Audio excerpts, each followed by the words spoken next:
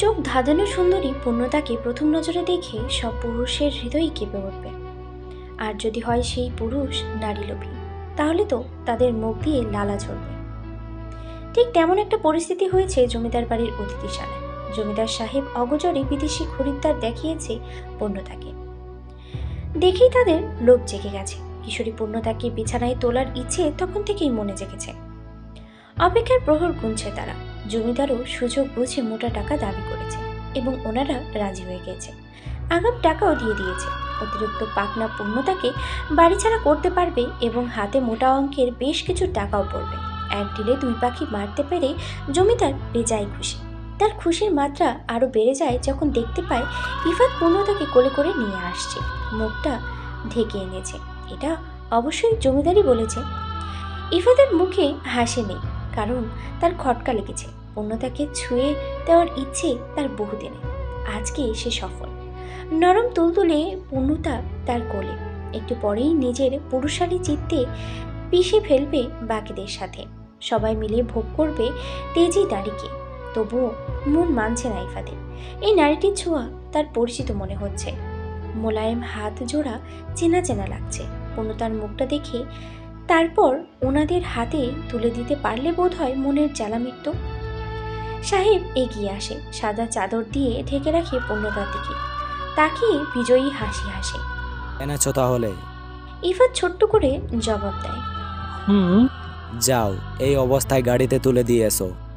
অবিকে বন্দি করে রেখেছি আমি, যে কোনো সময় চলে আসবে। ইফাত এগোতে গিয়ে এগোতে পারে না। পা যেন চলছে না তার। কোনো একটা মায়াজালে বন্দি সে। তারই মধ্যে দুইজন বিদেশি লোক এগিয়ে আসে। ভেঙে ভেঙে বাংলায় বলে, আমার কাছে দাও, আমি নিয়ে যাচ্ছি। ইফাত দুপা পেছিয়ে যায়। তারা ছুঁয়ে দেওয়ার আগে সে মুখ দেখতে চায়। ইফাত যদি খুব বড় ভুল না করে তাহলে এটা মিষ্টি, কলিজার টুকরো বোন। বিদেশি লোক দুটো ভ্রু কুচকে তাকায় ইফাতের পানে। সাহেবও বেজায় বিরক্ত, কঠিন স্বরে বলে, কি হচ্ছে ইফাত? জিভ দ্বারা ঠোঁট ভিজিয়ে নেয় ইফাত। দুই চোখে পানি টলমল করে ওঠে।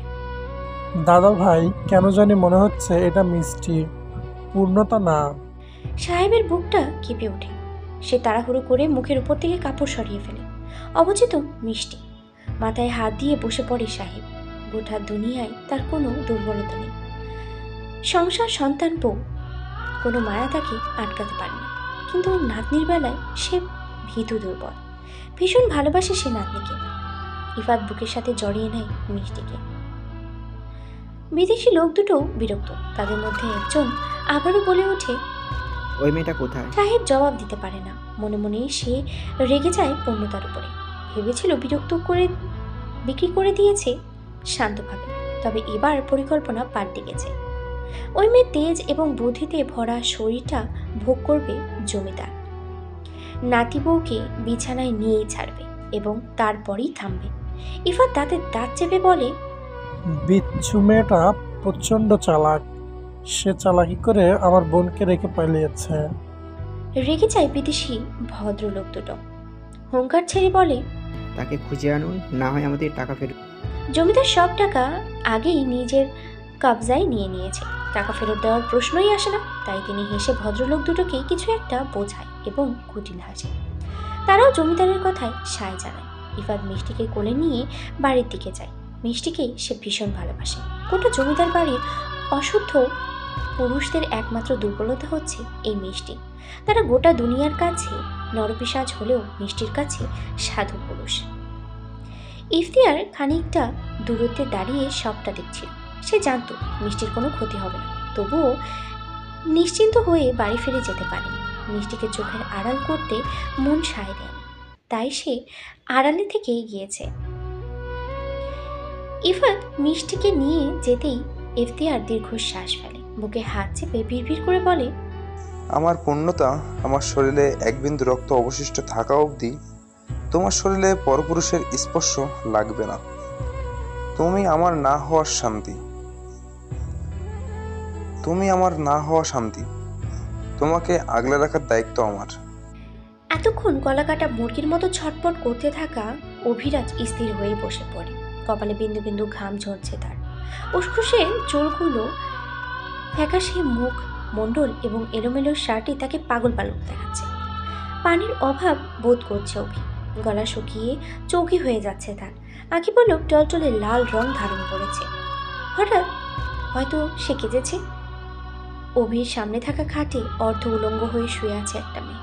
গত 5 ঘন্টা যাবৎ এই মেয়ের সাথে অভিকে এই কক্ষে বন্দি করে রাখা হয়েছে। মেয়েটা বহুভাবে আকৃষ্ট করার চেষ্টা করেছে অভিকে। নিজের সম্পূর্ণ জামা কাপড় খুলে ফেললেও দুবার ভাবেনি। কিন্তু অভির মধ্যে কোনো ধরনের উত্তেজনা সে সৃষ্টি করতে পারেনি। উল্টে দেখেছে চরিত্রহীন জমিদার নাতির করুণ মুখমণ্ডল, জলভরা আঁখি, বইয়ের চিন্তায় ছটপট করতে থাকা সদ্য মনোনীত হওয়া এমপিকে, যার শ্যামলা বর্ণে এবং চওড়া পুরুষালীর শক্তপোক্ত শরীর দেখে যে কোনো রমণী ঘায়েল হবে। এই পুরুষের থেকে শারীরিক তৃপ্তি পেতে এই অতিথিশালায় সকল রমণী ইচ্ছুক। অভিরাজের মায়া ভরা মুখ দেখে এতদিন বিছানায় পাওয়ার খয়েশ জন্মেছিল মেয়েটার, কিন্তু আজকে অভিরাজের ব্যবহারে মুগ্ধ মেয়েটি মনে মনে বেশ কয়েকবার আওড়ায়। যে রমণী অভিশপ্ত জমিদার বাড়ির বড় পুত্রের অর্ধাঙ্গিনী হয়েছে, সে রমণী পৃথিবীর সবচেয়ে ভাগ্যবতী। আল্লাহ সেই ভাগ্যবতী নারীর মঙ্গল করুক। খট করে আওয়াজে দরজা খুলে যায়। বদ্ধ উন্মাদ অভি দ্রুত পায়ে এগিয়ে যায়। দরজা খুলেছে ঈশান। অভি ঈশানে 2 গালে হাত রেখে শুধায়, আমার পূর্ণ, আমার পূর্ণ কোথায়? ঠিক আছে তো আমার বউ? ঈশান মৃদু হেসে মাথা নাড়ায়। ভাবি একদম ঠিক আছে, কিন্তু তোমাকে কে বন্দি করে রেখেছে কেন? শুকরিয়া আদায় করে নেয় অভি, অতঃপর চোয়াল শক্ত করে হাত মুষ্টিবদ্ধ করে ফেলে। দীর্ঘ 8 ঘন্টা পরে পিটপিট করে চোখ খোলে পূর্ণতা। মাথাটা এখনো ভারী ভারী লাগছে, চোখের পাতা কাঁপছে।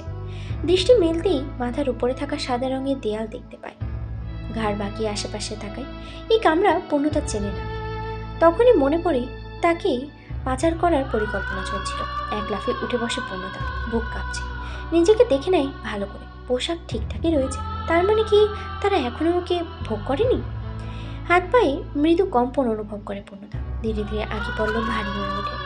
হাঁটুতে মুখ গুজে ফুপিয়ে ওঠে। বিড়বিড় করে বলতে থাকে, এমপি সাহেব কোথায় আপনি?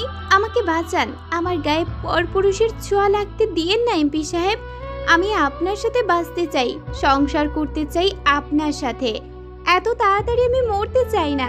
এখনো আপনার সাথে যোচনা বিলাস করা বাকি, আপনাকে প্রাণ ভরে দেখা বাকি, আপনার হাত ধরে অনেকটা পথ হাঁটার ইচ্ছেটা পূর্ণ করা বাকি। আপনার সন্তানের মা হতে চাই আমি। আমার কোলে ছোট্ট একটা রাজকুমার আসবে, যাকে নিয়ে আমি আপনি খুনসুটি করব। আমার বড্ড ইচ্ছে এমপি সাহেব, আপনার সাথে সুখের রাজ্যে বসবাস করব। এত অপূর্ণ ইচ্ছে নিয়ে আমি দুনিয়া ছাড়তে চাই না, আমাকে বাঁচিয়ে নিন। তখন দরজা ঠেলে ভেতরে ঢুকে পড়ে পলি, হাতে খাবারের তালা। পলিকে দেখে পূর্ণতা আশার আলো খুঁজে পায়। 2-1 বার কথা হয়েছিল তাদের। বেশ ভালো মানুষ, শুধু পরিস্থিতির চাপে খারাপ কাজে লিপ্ত হয়েছিল। পলি এসে পূর্ণতার পাশে বসে, একটু হেসে হাত বুলায় পূর্ণতার মুখে। ভয় পেও না, তুমি সুরক্ষিত। কিছু তো ছিল না এই কথায়। সত্যি পূর্ণতার ভয় অর্ধেক কমে যায়। ঠোঁট উল্টে কেঁদে ফেলে। এই কান্না শুধু, এটা প্রশান্তির কান্না। পলি পূর্ণতাকে টেনে বুকে নেয়, মাথায় হাত বুলিয়ে দেয়। দায়িত্ববান স্বামী পেয়েছ, সে নিজের জান দিয়ে দিবে, তবুও তোমার গায়ে এতটুকু আঁচ লাগতে দেবে না। ভাগ্যবতী তুমি মেয়ে, শুকরিয়া আদায় করো, চোখের পানি ফেরো না। কান্নার মাঝেও ঠোঁটের কোণে হাসি ফুটে ওঠে পূর্ণতা। সে ঠিক জানত অভি তাকে বাঁচিয়ে নেবে। গোটা দুনিয়ার সাথে লড়াই করে হলেও পূর্ণতাকে নিজের বুকে আগলে রাখবে। মাথা তোলে পূর্ণ, হাতের উল্টো পিঠে চোখের পানি মুছে জিজ্ঞেস করে, আমার এমপি সাহেব কোথায়? পলি ভাতের থালা হাতে তোলে। বেগুন ভাজা আর শুকনো লঙ্কা দিয়ে ভাত মাখতে মাখতে জবাব দেয়, তোমার কাছেই আসছে, খাওয়া শেষ হওয়ার আগে চলে আসবে। বলে পূর্ণতার মুখের কাছে এক লোকমা ভাত এগিয়ে দেয়। পূর্ণতা পলের মুখ পানে এক নজর তাকিয়ে মাথা নিচু করে বলে, আমি ওনার সাথে খাবো, আসুক উনি। মুখটা কালো হয়ে যায় পলি, সাথে বোধ হয় একটু বিরক্তও হয়। তুমি কেন না খেয়ে বসে থাকবে? খেয়ে নাও। উনিও না খেয়ে আছে, একসাথেই খাবো। হাল ছাড়ি পড়ে, হাত ধুয়ে ভাতের থালা নামিয়ে রাখে। তুমি বোধহয় সবাইকে বিশ্বাস করো না, তাই না? মৃদু হাসে পূর্ণতা। আপনাকে বিশ্বাস করছি, জমিদার বাড়ির বউ করেছি আমি আপনাকে, অন্ধকার জীবন থেকে মুক্তি দিয়েছি, সেইটুকু কৃতজ্ঞতা থেকে আপনি আমার কোনো ক্ষতি করবেন না। পলি প্রতিউত্তরের জবাব দেয় না, শুধু ফোঁস করে শ্বাস টানে। কিছু কথা বলতে চাচ্ছিল পূর্ণতাকে, কিন্তু বলতে পারছে না। পলিকে উসখুস করতে দেখে পূর্ণতা বলে, আমার শাশুড়ি রয়েছে এসবের পেছনে, জানি আমি। চমকায় পলি।